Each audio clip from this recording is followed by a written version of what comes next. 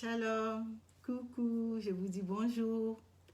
Nous sommes encore au rendez-vous habituel du lundi 18 août.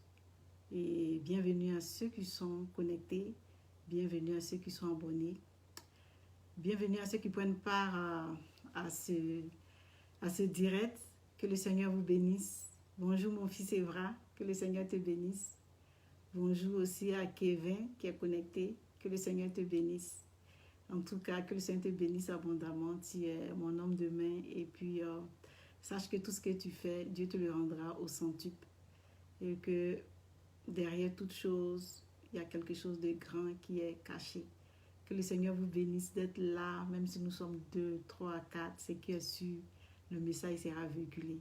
Et ça ne nous empêchera pas de véhiculer le message que Dieu nous donne pour partager. Donc vraiment que le Seigneur vous bénisse. Je vais mettre une petite chanson. J'aimerais commencer par une petite chanson, le temps qu'on puisse partager un peu. Je ne suis pas auteur de cette chanson, mais je la mets et on va l'écouter ensemble. Le temps de partager, on va partager un peu. Nous ne sommes pas beaucoup, donc je vais partager un peu aujourd'hui.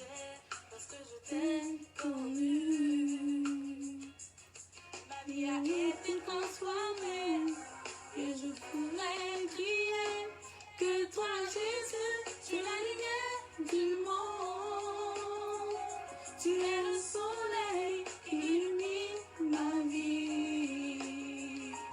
Oh Jésus, tu es la lumière du monde. Tu es le chemin, la vérité et la vie. Ah, le Seigneur, le chemin, la vérité et la vie. Envahisse ta vie. Si tu te retrouves par espoir, Jésus est mort pour toi. Il veut transformer ta vie et te donner l'avenir. Parce que Jésus, tu es la lumière du monde. Tu es le soleil qui illumine ma vie.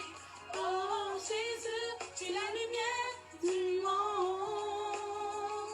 Tu es le chemin, la vérité et la vie.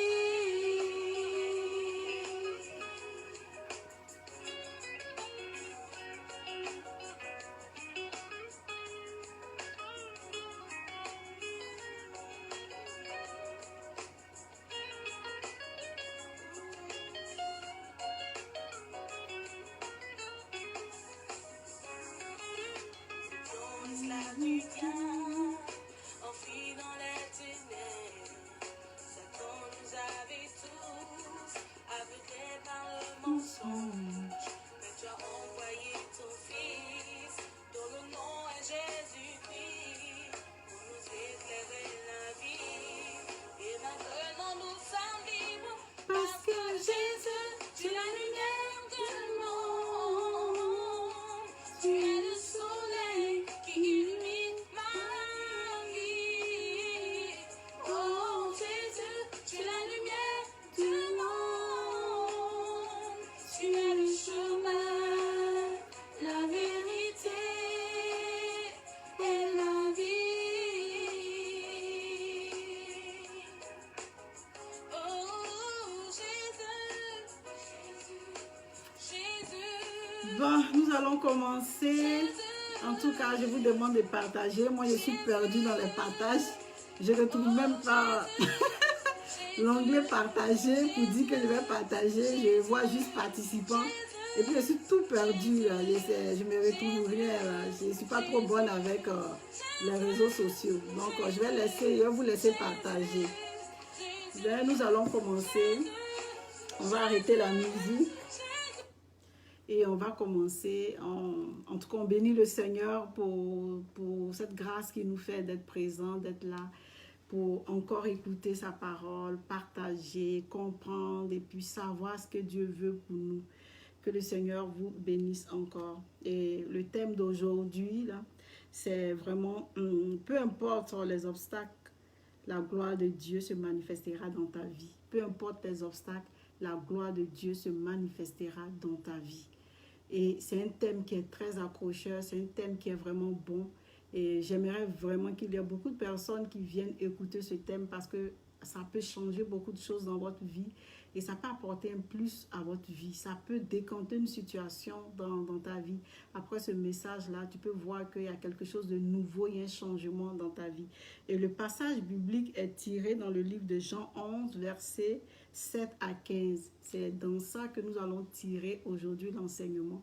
Peu importe les obstacles, la gloire de Dieu se manifestera dans ta vie. Et dans ce passage-là, le passage nous parle de Lazare et son ami Jésus. Donc on va voir comment est-ce que son ami Jésus a intervenu dans la vie de Lazare. Et on va voir aussi quels étaient les obstacles qui pouvaient empêcher Jésus de pouvoir atteindre, réaliser ce miracle-là dans la vie de Lazare, ou pour pouvoir permettre à Jésus de rentrer dans sa destinée. Parce que ce miracle que Jésus a opéré dans la vie de Lazare, c'est quand même, ça fait partie de la destinée du Seigneur Jésus. Parce que ça devait rentrer dans l'histoire de sa vie. Or, ce qui rentre dans l'histoire de ta vie fait partie de ta destinée.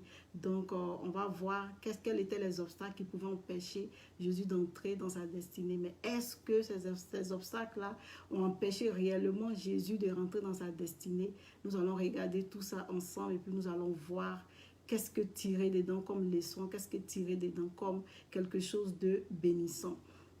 Donc d'abord, on prend l'histoire. Moi, je vais commencer à lire le verset à partir du chapitre, à partir du verset 7 jusqu'à 15. Donc c'est vraiment long, mais je vais faire un résumé et puis arriver sur le verset 7, je vais le lire pour qu'on puisse mieux comprendre. Donc on voit ici l'histoire d'une famille dont un frère et deux sœurs.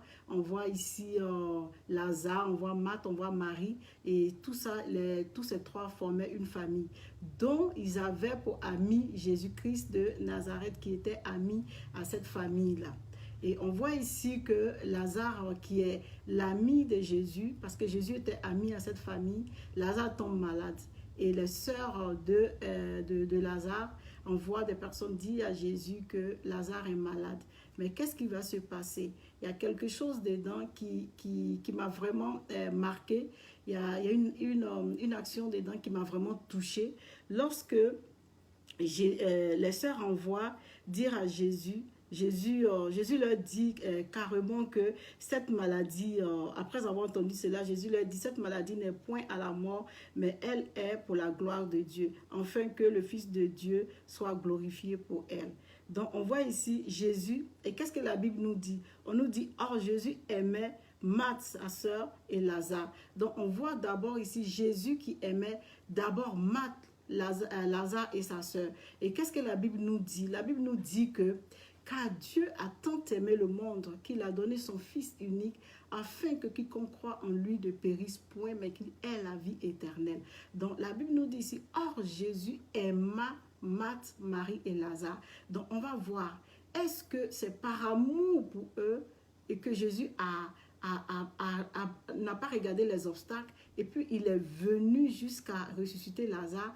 On va voir ça ensemble. Mais la chose que nous devons d'abord savoir, c'est que par amour aussi pour l'humanité, Jésus-Christ a quitté son trône, il a quitté sa place, il a quitté la zone qu'il avait pour venir sur la terre, mourir pour nous, afin que nous ayons la vie éternelle, afin que nous ayons cette vie qu'il veut que nous ayons. Donc on voit l'amour aussi de Dieu qui n'est pas resté indifférent, mais il a dit à son fils, va sur la terre, accomplir une mission, va mourir pour le peuple, pour mes enfants, pour que ces personnes puissent être sauvées. Donc on voit ici que Jésus aussi dans son plan, il devait venir pour donner la vie, pour donner la résurrection à ceux qui étaient morts, pour donner la vie à nous qui étions déconnectés depuis l'Éden, nous qui étions coupés d'avec Dieu. Jésus devait venir nous réconcilier avec Dieu le Père, afin que nous ayons cette vie-là que nous avons perdue à l'Éden. Parce que qu'est-ce que la Bible nous dit? Il dit que lorsque Adam et Ève ont péché,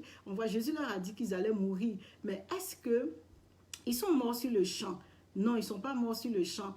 Ils sont morts après, peut-être de 900 ans après, selon ce que la Bible dit. Vers 900 ans, ils ont encore vécu pendant 900 ans. Donc le but de Dieu, là, c'est pas qu'on meure précocement. Le but de Dieu, c'est pas qu'on n'aboutisse pas dans nos projets. Le but de Dieu, c'est pas que notre vie soit une vie limitée. Mais le but de Dieu, c'est qu'on puisse prospérer à tous égards. Le but de Dieu, c'est qu'on puisse atteindre nos objectifs. La mission pour laquelle il nous a emmenés sur la terre, son but, c'est qu'on puisse réaliser tout ce dont il nous a réservé sur la terre. Donc on voit ici que Jésus qui aime Marie, Marthe et Lazare va maintenant venir pour eux, pour faire quelque chose dans la vie de Lazare. Pareil comme Jésus-Christ qui est venu sur la terre pour nous donner la vie lorsque nous étions morts et nous étions coupés d'avec Dieu. Donc on va regarder un peu dans le verset 6 qui dit, on dit, lors donc qu'il eut appris que Lazare était malade, il resta encore 2 jours encore dans le lieu où il était. Donc on voit que Jésus est resté un peu encore dans le lieu.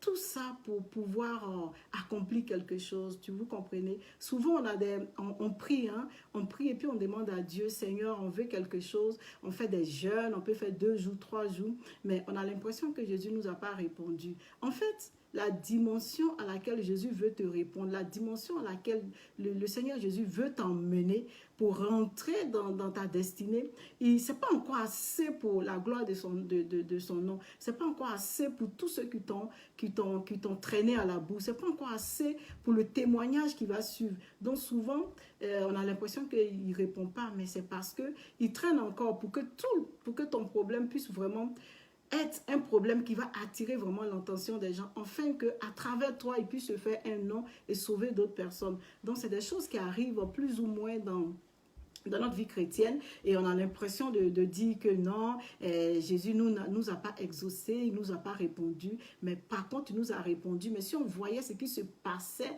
derrière, ce qui se cachait plus ou moins derrière cette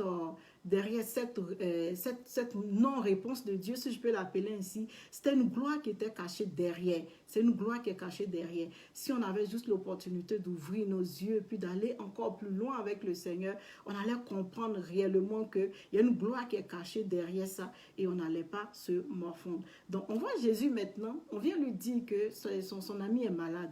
Et Jésus dit à ses disciples qu'il veut retourner, il veut aller dans le lieu pour aller voir son ami. Qu'est-ce que ses amis, les disciples vont lui dire? Et c'est là que mon enseignement va vraiment se concentrer. On dit, à partir du verset 7, il dit ensuite aux disciples, retournons en Judée.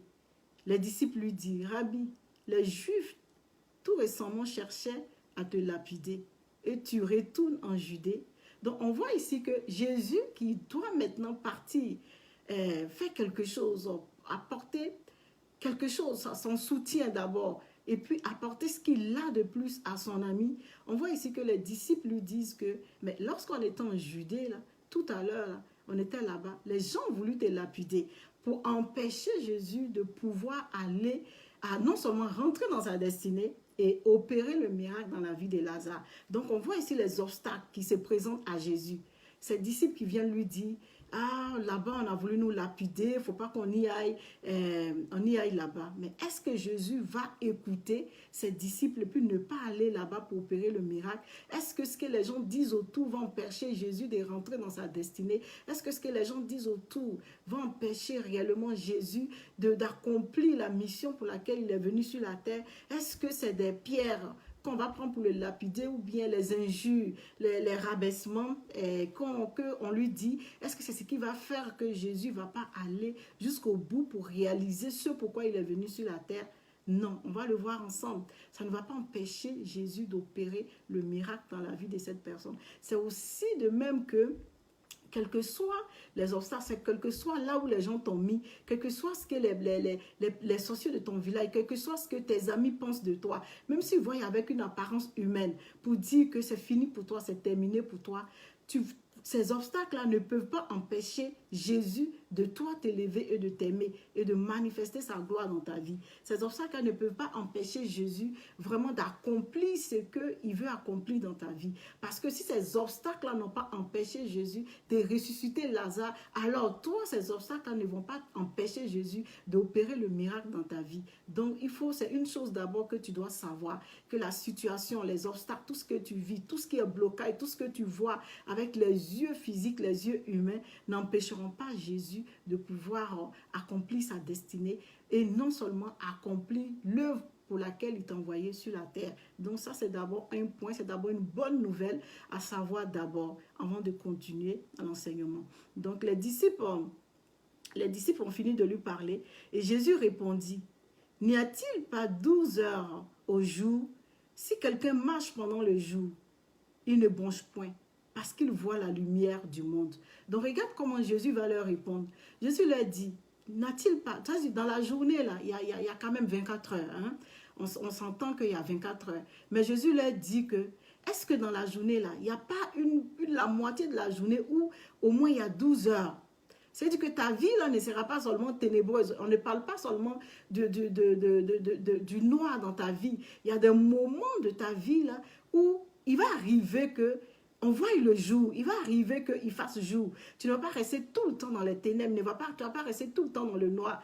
La journée d'une personne est constituée de 24 heures. Donc, on suppose que les 24 heures, peut-être tu auras 12 heures de moments sombres dans ta vie, mais il y a aussi 12 heures de moments de réjouissance, de bonheur dans ta vie. Donc, ne te limite pas seulement à ce que tu vois d'apparent comme ce qui est le noir autour de toi qui va faire que tu ne vas pas réellement entrer dans ta destinée ou qui va t'empêcher d'entrer dans ta destinée. Mais Jésus dit aux disciples ici, si vous marchez dans le jour, est-ce que vous n'êtes pas capable pendant le jour, de voir ce qui va se passer sur le chemin?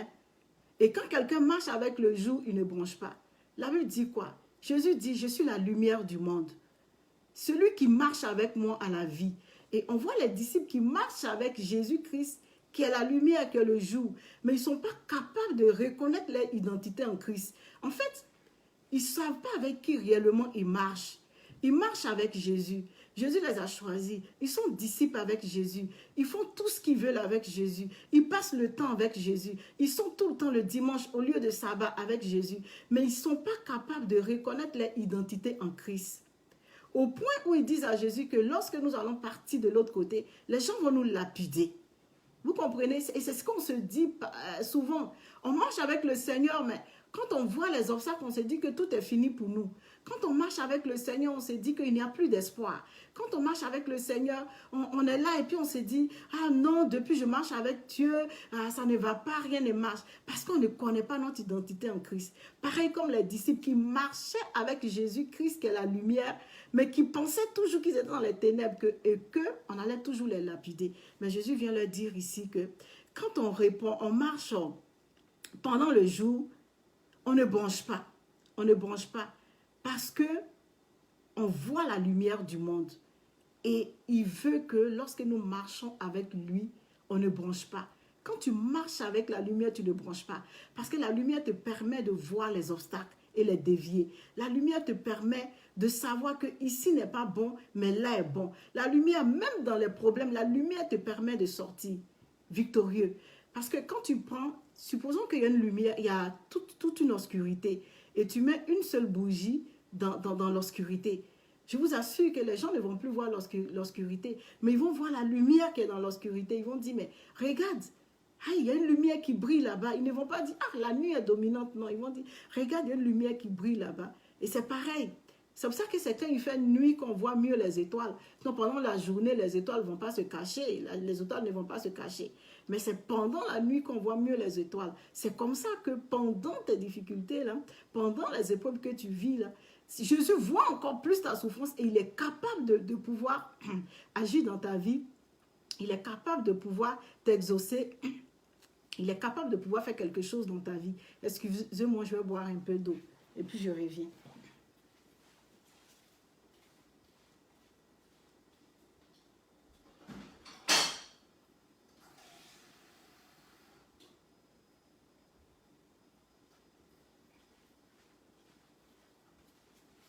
Excusez-moi, j'avais vraiment, il y avait vraiment la gorge très sèche.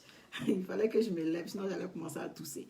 Donc, c'est ainsi que quand tu marches avec le Seigneur, que tu connais ton identité en Christ, tu es capable de voir les obstacles, tu es capable de détecter les obstacles et tu es capable d'enlever ces obstacles sur ton chemin et avancer parce que tu marches avec Jésus-Christ.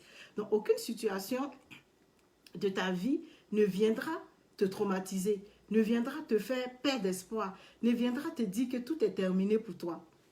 Et même quand les gens seront autour de toi qui vont dire que pour toi est fini, toi tu auras l'assurance parce que tu ne marches pas avec n'importe qui, mais tu marches vraiment avec le Seigneur. Tu marches vraiment avec la lumière du monde. Quelqu'un ne peut pas marcher avec la lumière du monde et puis ne pas avoir confiance en cette personne-là.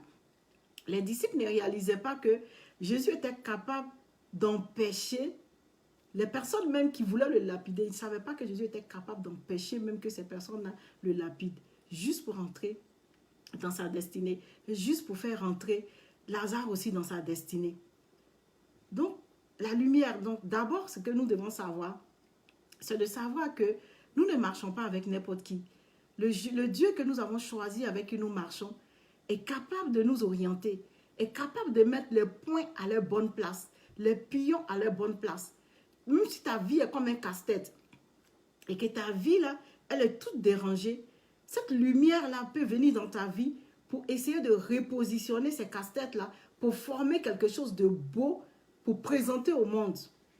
Vous voyez, Jésus, il s'est révélé juste à Abraham. Et à travers Abraham, il voulait se faire un nom sur la terre. Mais à travers Abraham est sorti un peuple. Donc à travers toi, là, à travers ce que tu vis, là, Dieu veut se révéler au monde entier. Et à travers ton nom, il veut se faire un nom, soit dans ton village, il veut se faire un nom, soit dans ton travail, il veut se faire un nom, soit dans ta famille, il veut se faire un nom, soit dans ton environnement immédiat.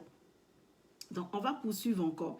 Donc, il continue, il dit, mais si quelqu'un marche pendant la nuit, il bronche, parce que la lumière n'est point avec lui.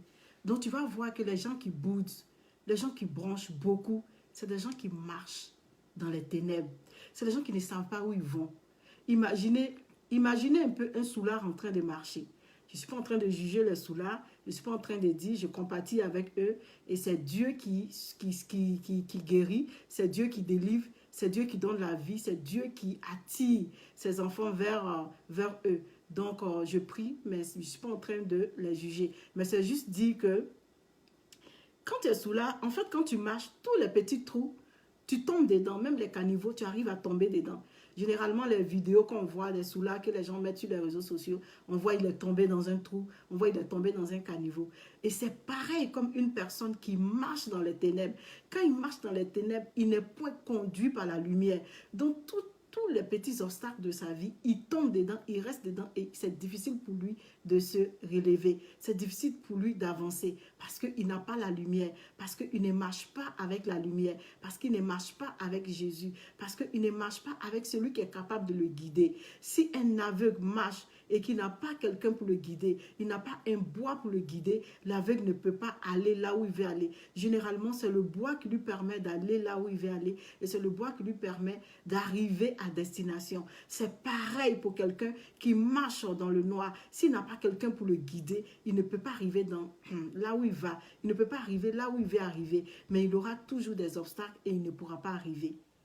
Mais la seule chose que tu dois retenir ici, c'est de connaître ton identité en Christ. Une fois que tu maîtrises ton identité en Christ, une fois que tu gères ton identité en Christ, une fois que tu es conscient de ton identité en Christ, alors tu ne vas plus raisonner comme les disciples pour dire, tout dernièrement, les gens voulaient nous lapider, n'allons pas dans ce lieu. Mais parce que tu es capable de reconnaître ton identité en Christ, alors tu sais avec qui tu marches. Tu sais que cette situation qui est venue dans ta vie n'est pas venue pour te détruire, n'est pas venue pour te terminer, n'est pas venue pour mettre une fin à ta vie, mais c'est venu pour te faire passer à une autre dimension. C'est venu pour te faire passer à une autre dimension.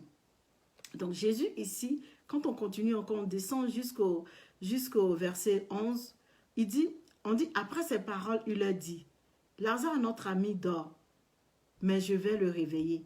Les disciples lui dirent, Seigneur, s'il dort, il sera guéri. Donc, on voit ici que la situation de Lazare, là, ce n'est pas que Jésus la banalise, mais Jésus la considère comme une situation qui n'est pas alarmante. Pour lui, Jésus, il la considère comme une situation qui n'est pas une fin en soi, en fait. Jésus dit que Lazare dort. Pour lui, la situation que tu vis là, c'est une situation juste pour te faire rentrer dans la gloire, juste pour te faire rentrer dans la seconde gloire, juste pour te révéler au monde entier, juste pour te faire sortir de ta zone de confort, juste pour te montrer que lui, il est Dieu. Donc, il voit cette situation et il la considère comme une situation qui dort. Dans la situation que tu vis, peut-être, tu penses que tout est terminé pour toi, mais tout n'est pas terminé pour toi. Tu es dans une situation peut-être dormante. Juste le temps que Dieu se glorifie, juste le temps que Dieu se manifeste. Généralement, souvent, quand Dieu veut nous faire passer à une autre étape, Dieu veut nous faire passer à une autre dimension de notre vie, il envoie des situations dormantes comme ça dans notre vie. Moi, là, souvent, quand Dieu veut me faire passer, par exemple, dans une autre dimension, là, il va voir que, admettons que j'avais quelque chose, cette chose-là, bizarrement, je la perds. Puis je commence, quand je suis trop accroché à quelque chose, bizarrement, je perds cette chose. Mais en fait, Dieu sait que je me donne tellement à fond quand je suis dans quelque chose que pour me faire passer à une autre dimension, souvent, il me prend ce que j'ai pour que je puisse, quand je ne l'ai plus, je cherche à réaliser, mais qu'est-ce que je dois avoir d'autre? Et c'est ainsi que Dieu me fait passer dans d'autres dimensions. Et c'est comme ça a été toute ma vie avec le Seigneur, toute ma relation avec le Seigneur. Même s'il veut me donner quelque chose de nouveau, il va faire de telle sorte que ce sur quoi je comptais, là, ces personnes peut-être me découragent, ils ne sont plus là pour moi, il y a quelque chose, parce que Dieu va amener d'autres personnes, ou bien Dieu va attirer mon regard sur d'autres situations, pour que je passe à une autre dimension. Donc Dieu a l'habitude de travailler comme ça avec certaines personnes. C'est pour ça qu'il a considéré le problème de Lazare comme un problème de sommeil, un problème où Lazare dormait. Parce qu'il voulait faire passer Lazare à une autre dimension. Donc, il a ralenti les choses dans la vie de Lazare. Lazare était comme dans un sommeil profond pour pouvoir passer à une autre dimension. Passer à une autre dimension pour qu'il comprenne mieux encore qui était son ami. Sûrement, ils étaient amis, mais il y a une dimension que Lazare n'avait pas encore compris de son amitié avec le Seigneur. Donc, tu peux souvent entretenir une relation avec le Seigneur, mais il y a une dimension où Dieu veut te faire passer, Dieu veut te faire comprendre une dimension, un aspect de sa personnalité, mais tu n'as pas encore perçu cet aspect-là. Donc, Dieu peut créer une situation dans ta vie pour juste te faire passer à une autre dimension, pour que tu puisses le découvrir mieux, pour que tu puisses connaître cette dimension, cet aspect de son identité-là. Pour ne pas que tu restes juste limité à un Dieu qui est ceci, cela. Parce que Dieu, il a beaucoup de caractères. Dieu peut se révéler à toi d'une manière, d'une autre, étonnante, miraculeuse. Mais tu ne vas pas rester juste sur une dimension souvent normale. Il faut que tu passes à une dimension miraculeuse avec le Seigneur pour que tu puisses découvrir qu'en ce Dieu-là, il s'appelle aussi le Dieu de miracles. Vous comprenez? Et c'est ce qui aussi était arrivé à Lazare. Mais les disciples ne comprenaient rien. Et pour vous dire aussi qu'avec les choses de Dieu, là, souvent quand tu veux les comprendre à l'œil nu, souvent tu fais fausse route. Les choses de Dieu sont parfois des choses qu'on comprend spirituellement. On comprend spirituellement. Dieu peut te créer, il peut créer une situation, mais pour la comprendre, il faut être vraiment proche de lui. Il faut vraiment être spirituel pour pouvoir comprendre certaines dimensions. Je donne un petit témoignage de ma vie. Lorsque moi, j'ai perdu un peu mon père très tôt, et puis je pense que j'avais moins de 18 ans, moins de 17 ans. Et mon père, quand il était malade, et chaque fois il s'asseyait dans la cour, il parlait à Dieu. Il parlait à Dieu parce qu'il sentait comme sa fin venir. Parce que souvent, à un moment donné, quand tu es trop malade, soit tu veux guérir, ou bien soit tu penses à ta fin. Donc, la situation était quand même un peu troublante pour mon père. Et il était assis. Mon père aussi était un serviteur de Dieu. Donc, il était assis un jour. Et puis, il parlait seul, il parlait à Dieu. Il parlait à Dieu, il parlait à Dieu. Il disait, Seigneur, je sais que si je ne guéris pas, je vais mourir. Mais mes enfants sont très petits. L'aînée n'a même pas encore 18 ans. Elle est encore toute petite. Et qu'est-ce que je fais? Et Dieu qui lui répond que tout ce que tu as perdu, je vais te le redonner. Donc, Dieu répond à mon papa et lui dit, tout ce que tu as perdu, je vais te le redonner. Donc, mon père qui garde espoir, il vient, il écrit. Il aimait beaucoup écrire. Donc, ce jour-là, il a écrit ça sur la porte de sa chambre. Puis, on a demandé, mais papa, c'est quoi tu as écrit? Il dit, j'ai écrit ça parce que c'est ce que Dieu vient de me dire. Il dit que tout ce que j'ai perdu, il va me redonner. Donc, mon père était content. Il avait l'espoir de guérison. Après, mon père vient s'asseoir encore à la même place. Chaque fois, il s'asseyait vraiment à la même place et il racontait. Il parlait à Dieu, il parlait à Dieu, il parlait à Dieu. Et ce jour-là, ce soir-là, Dieu lui dit que tes enfants, ne t'inquiète pas pour tes enfants, je vais m'occuper d'eux, je vais les prendre en charge jusqu'à ce que chacun d'eux devienne ce que tu avais voulu qu'ils deviennent. Mon Dieu, je vais m'occuper d'eux. Donc là, mon père a commencé à comprendre le langage de Dieu. Vous comprenez? Il a commencé à comprendre le langage de Dieu. Quand il disait tout ce que tu as perdu, je vais te redonner. Sûrement, il parlait de ce que mon père n'a pas eu. Peut-être qu'il allait lui redonner ça à travers nous. Mais il ne comprenait pas le langage de Dieu, comme les disciples ne comprenaient pas le langage du Seigneur quand il a dit que Lazare dormait.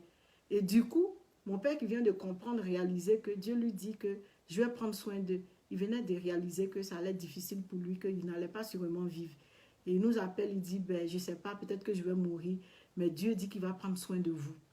Il va prendre soin de vous jusqu'à ce que vous soyez ce que je veux, je désirais que vous soyez. On était tout triste, on était enfant, on ne comprenait pas, mais c'est sûr que ça a été difficile pour lui. Imagine expliquer ça à sa femme, c'était difficile pour lui. Mais après la mort de mon père, on a gardé cet espoir, on a gardé cette parole-là, de dire que Dieu dit qu'il va prendre soin de nous. Mais est-ce que véritablement on l'a vécu comme c'était? En fait, pour dire que le langage de Dieu est différent du langage humain. Mais je vous dis que, en tout cas, les 5 années qui ont suivi là, après ce décès-là, c'était très difficile pour nous. À peine on mangeait. Mais on se disait, mais c'est pas ce Dieu-là qui a dit qu'il allait prendre soin de nous, qui a dit à papa qu'il allait prendre soin de nous. C'était très difficile. Mais c'est après qu'on a compris que Dieu, il est celui qui accomplit sa parole. Et que quels que soient les obstacles, quelles que soient les circonstances de la vie d'une personne, quand Dieu a dit quelque chose sur ta vie, quand Dieu a écrit quelque chose sur ta vie, cette chose-là se réalise certainement. Peu importe les obstacles de ta vie, la gloire de Dieu va se manifester. C'était très difficile. Mais toute jeune que son faisant, on était accroché à cette parole-là. On était accroché à cette parole qui disait que Dieu dit va prendre soin de nous. Dieu dit va prendre soin de nous. Même quand on ne mangeait pas pour dormir, Dieu dit va prendre soin de nous. Et on sait que Dieu ne peut pas se réjouir dans cette situation. Mais le langage de Dieu était difficile à percevoir. Mais à la longue, on a compris le langage de Dieu. Et Dieu, on a vu que au plus petit jusqu'au plus grand, Dieu a pris soin de nous jusqu'à ce qu'on soit ce qu'on est. Et je ne crois pas que si papa même vivait là, on serait là où on serait. Parce que mon père n'était pas hyper riche pour pouvoir nous faire voyager partout dans le monde. Donc on ne sait pas si on pourrait même atteindre ça. Mais Dieu s'est réalisé. Il a réalisé sa parole et ce qu'il a dit, c'est réalisé. En fait, ce témoin pour te dire que peut-être que tu traverses une situation où tu penses que Dieu... Tu ne vois, tu ne sens pas Dieu dans ton adoration. Peut-être tout le temps tu vas à l'église, mais tu as l'impression que tu ne le vois pas bien, tu ne le sens pas bien. Mais je vais te dire qu'il est là, ce Dieu-là, il est là. Juste que crois en ton identité en Christ. Crois que tu marches avec la lumière et que quelqu'un qui marche avec la lumière ne boude pas. Mais il croit que la lumière avec qui il marche est capable de lui donner la vie. Il croit que la lumière avec qui il marche est capable de changer sa situation. Il croit que la lumière avec qui il marche est capable d'amener un plus à sa situation, est capable de ne pas le laisser dans la situation qu'il vit, mais de lui faire passer à une autre dimension. Si tu commences à réaliser ça, tu vas moins bouder et tu vas moins te plaindre. Parce que généralement, toutes les situations que nous traversons, c'est pour nous faire passer à une autre dimension. Je ne crois pas que Dieu aimerait que son enfant souffre. C'est pour nous faire passer à une autre dimension. Mais si on réalise que c'est pour nous emmener à une autre étape, pour nous faire connaître l'autre aspect de Dieu, vous allez voir que ce problème sera moins lourd pour nous et on va moins le supporter. Mais il y a de l'espoir pour toi qui traverse cette situation. Et rien ne peut empêcher Dieu. Si les Juifs voulaient lapider le Seigneur Jésus, le faire mourir, si ça n'a pas empêché Jésus-Christ d'aller jusqu'à ressusciter Lazare, et que malgré qu'on l'attendait pour le lapider, ça ne va pas empêcher Jésus-Christ de faire ce qu'il veut faire dans ta vie. Tout ce que les gens disent dans ta vie ne vont pas empêcher Jésus-Christ de réaliser ce qu'il veut réaliser dans ta vie. Sois-en sûr et sois-en rassuré. Mais il y a quelque chose qui est pertinent dans cet enseignement. Et quand les disciples ont dit certainement il dort, Jésus avait parlé de sa mort. Mais il crut qu'il parlait de l'assoupissement du sommeil. Et vous savez une chose, ce qui est intéressant, c'est que Lazare, là, il a marché toute sa vie. Il a marché toute sa vie avec la lumière. Lazare a marché toute sa vie avec la lumière. Durant son existence sur terre, avant que Lazare ne meure, Lazare a marché toute sa vie avec la lumière. Et c'est parce qu'il a marché toute sa vie avec la lumière que la lumière a pris le dessus sur les ténèbres dans la vie de Lazare. Lazare a marché toute sa vie avec la lumière. Et c'est parce que Lazare a marché toute sa vie avec la lumière que la lumière a pris le dessus sur les ténèbres que Lazare vivait. Donc toi qui marches avec la lumière, ne lâche pas. Sois accroché à cette lumière. C'est à cause de ce que tu marches avec cette lumière-là que la lumière prendra le dessus sur les ténèbres que tu vis. La lumière prendra le dessus sur la situation que tu vis. La lumière prendra le dessus sur ce que tu traverses présentement. La lumière prendra le dessus sur ta situation que tu penses que tout est fini. Parce que tu marches avec la lumière. Lazare n'était pas n'importe qui. Lazare était ami à Jésus. Il était ami à Jésus. Lazare était ami à Jésus. Donc ça, c'est une chose que vous devez savoir. Un ami, là, Jésus est venu d'abord poser l'action dans la vie de Lazare parce que Lazare était son ami. La question que j'aimerais te poser avant la fin de cet enseignement, est-ce que Jésus-Christ est ton ami? Lazare, il y avait beaucoup de morts dans cette période-là. Lazare n'était pas le seul qui était mort. Lazare n'était pas le seul qui était mort. Il y avait beaucoup de morts. Mais est-ce que Jésus allait poser une action, une résurrection dans la vie de tous ces morts-là? Est-ce que Jésus allait jusqu'à toucher tous ces morts-là? Non. La preuve est que quand Jésus est parti à la tombe là-bas, il n'a pas appelé Lazare, il n'a pas juste dit « lève-toi ». Il a dit « Lazare » parce que si Jésus disait « lève-toi seulement », beaucoup de morts allaient se ressusciter parce que sa voix seulement est capable de ressusciter, de changer toute une nation. Donc tout le monde pourrait se ressusciter, mais il a dit « Lazare ». Parce que Jésus était ami de Lazare. Donc, est-ce que tu es ami de Jésus pour que tu puisses passer à une autre dimension de ta vie? Il faut que tu sois ami d'abord avec le Seigneur Jésus. Ce n'était pas une amitié d'hypocrisie. Ou demain, là, tu es à l'église et puis le soir, tu es dans maquis. C'est-à-dire, à 8 h, tu es à l'église et puis à 20 h, tu es dans maquis.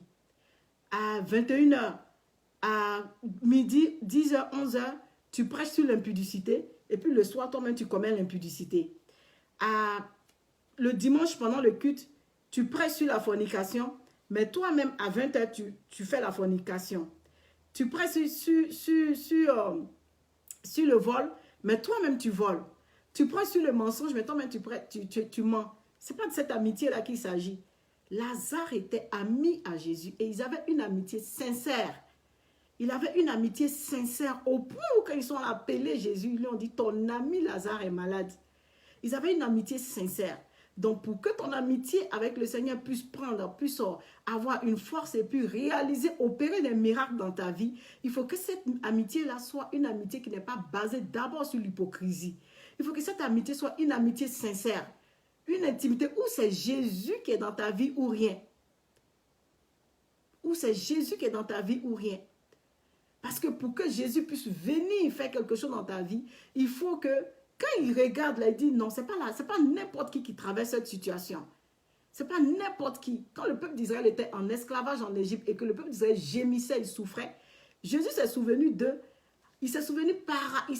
par rapport à la promesse qu'il a faite à Abraham, son serviteur. Il s'est souvenu d'une amitié avec Abraham. La Bible dit que Abraham était ami à Jésus. Voilà pourquoi il a dit, cacherai-je à Abraham, mon ami, ce que je vais faire à Sodome et Gomorrhe. Donc quand tu es ami avec Jésus, Jésus n'est pas capable de te cacher des choses. Il va jusqu'à te révéler les mystères, les choses que personne ne peut savoir. C'est-à-dire que les choses même qui vont te protéger, il est capable de te révéler ça. Donc on voit que Jésus, là, il est venu dans la vie de Lazare parce que lui et Lazare, là, ils étaient amis. Jésus n'a pas dépassé les obstacles de mort pour n'importe qui. Il est venu pour Lazare. Il a donné sa vie, pas pour n'importe qui, mais pour toi, homme. David a dit, qui est l'homme pour que tu lui accordes aussi une grande importance? Qui est l'homme pour que tu lui accordes une grande importance? Donc Jésus, là, il est venu pour toi, homme. Mais pour que tu puisses voir la manifestation du règne de Dieu et du miracle de Dieu dans ta vie, il te faut aller à une autre dimension d'amitié avec le Seigneur. Une autre dimension d'amitié, de relation intime, sans hypocrisie, je précise bien, parce qu'il y a beaucoup de vies chrétiennes avec hypocrisie, où on est tout joyeux pendant le jour et la nuit, on devient autre personne. On est capable à torpiller d'autres personnes. La journée fait semblant de rire avec cette personne et puis la nuit le torpiller. Ce n'est pas de cette amitié-là qu'il s'agit. Si c'est de cette amitié-là qu'il s'agit, là, tu vas durer là. Parce que Jésus n'est pas venu pour n'importe qui. Donc je vais te dire que avant encore une autre dimension avec le Seigneur, je pense que ton miracle n'est pas loin. Le miracle de ta vie n'est pas loin. Tu es presque à la porte. Tu es presque là. Mais sûrement, Jésus veut que tu développes encore une amitié avec lui. Et je vais te dire aussi que cette situation que tu traverses n'est pas venue pour te terminer, n'est pas venue pour t'achever, mais c'est venu pour glorifier le nom de Dieu. Je vais te dire aussi que la situation que tu traverses n'est pas un obstacle pour toi. Toutes ces personnes qui peut-être t'ont négligé, t'ont banalisé, ont dit n'importe quoi sur toi, c'est ces personnes même qui rendront témoignage demain de ce que Dieu a fait dans ta vie. Les mêmes personnes qui attendaient Jésus pour le lapider, ces mêmes personnes l'ont acclamé. Lorsque Jésus va opérer le miracle dans ta vie, ces mêmes personnes qui te dénigraient, ces mêmes personnes vont t'acclamer. D'autres même vont venir vers toi pour dire qu'ils veulent être amis avec toi. Pour te dire que ne faut pas regarder tout ce qui se passe autour. L'homme est changeant. Ces personnes-là, ils vont venir demain pour voir ce que Dieu a fait dans ta vie. Mais que ces situations, ces obstacles ne te clouent pas à terre. Que ces obstacles ne mettent pas une limite à ta vie pour te dire qu'il y a de l'espoir pour toi. Si Jésus a fait ça à son ami Lazare, il est capable de le faire pour toi. Il est le même hier, aujourd'hui et éternellement. Si ce que le Seigneur bénisse sa parole, je dis merci à tous ceux qui étaient connectés. Je dis merci à tous ceux qui étaient là, qui ont partagé et que le Seigneur vous bénisse.